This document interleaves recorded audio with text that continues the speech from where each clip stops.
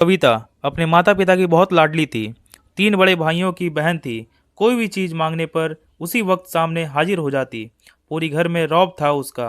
पूरे परिवार और नौकरों पर राजकुमारी की तरह हुक्म चलाती थी कविता। स्कूल में भी पूरा रौब था उसका। बड़े घर की लाडली जो थी वह। ऐसे ही उसने कॉलेज में दाखिला लिया। उसके ठाट बाट, बड़ी गाड़ियों में आना जाना, हर दिन नया फैशन देखकर हर कोई उससे दोस्ती करना चाहता था। थोड़ी ही दिनों में उसके बहुत से दोस्त बन गए। पूरे कॉलेज में उसकी अपनी ही एक पहचान थी।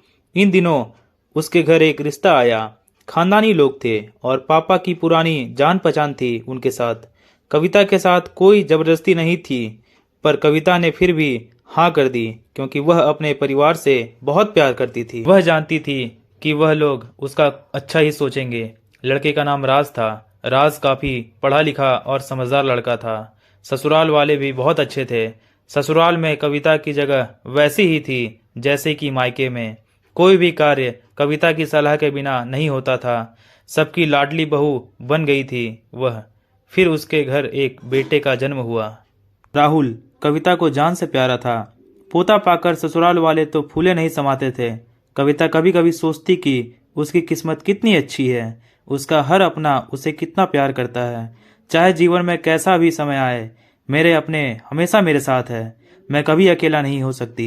कितनी खुशकिस्मत हूँ मैं। पर शायद कविता की खुशियों को उसकी अपनी ही नज़र लग गई थी। एक दिन वह मायके जाने की जिद कर बैठी। राज को बहुत काम था, लेकिन वह फिर भी उसे ले गया। रास्ते में उनकी गाड़ी अन्य गाड़ी से टकरा गई। कविता, राज और राहुल बहुत बुरी तरह से जख्मी हो गए।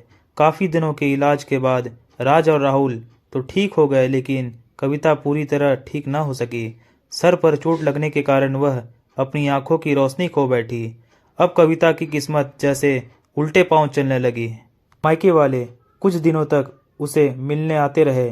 फिर कभी कभार फोन ही करके पूछ लेते कि अब कैसी हो। धीरे धीरे ये सिलसिला भी कम हो गया। ससुराल वालों की सहानुभूति भी कम होने लगी। घर में किसी को पास बैठने के लिए कहती तो जवाब मिलता बहुत काम है, अब तुम भी हाथ नहीं बटा सकती। राज भी चिड़चिड़ा हो गया था। बस राहुल ही था उसके साथ, जिसके साथ हंसते खेलते उसका वक्त गुजरता। एक दिन कविता के हाथ से कुछ सामान गिर गया, जिसकी वजह से राहुल को हल्की सी चोट लग गई।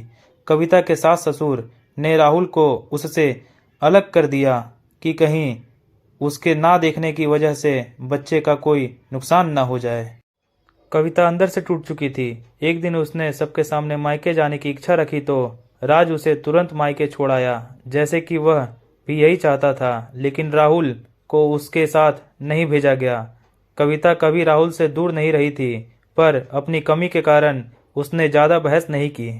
कविता को लगा कि वह 3-4 दिन वहां रहेगी तो थोड़ा हवा पानी बदल जाएगा, क्योंकि वह कितने दिनों से कहीं भी बाहर नहीं गई थी। घर वाले भी इतने दिनों बाद उसे देखकर कितने खुश होंगे। कविता के घर पहुंचने पर सब लोग बहुत खुश हुए। खाने में सब कुछ कविता की पसंद का ही बना था। उसने अपने मम्मी पापा और भाई भाभीयों से दिल खोलकर बातें की।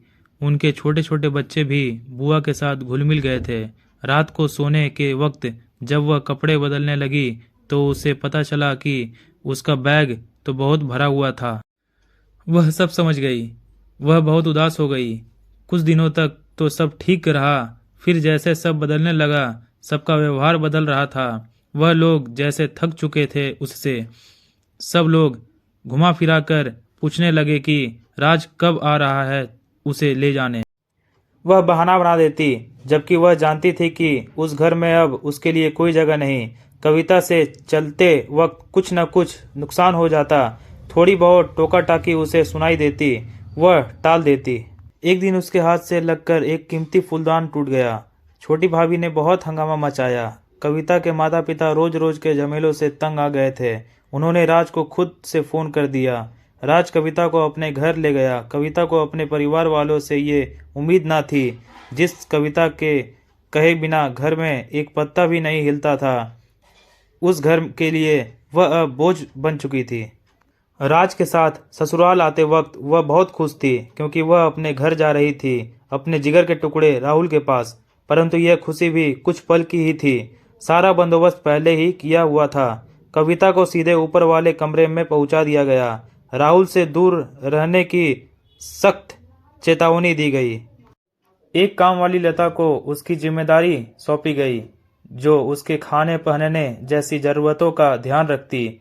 कविता ज्यादातर चुप ही रहती। कभी कभी काम वाली लता से थोड़ा बतिया लेती। उसके जरिए राहुल का पता चल जाता। सबकी लाडली बेटी और बहू सबके लिए लाडली से बोझ बन चुकी थी।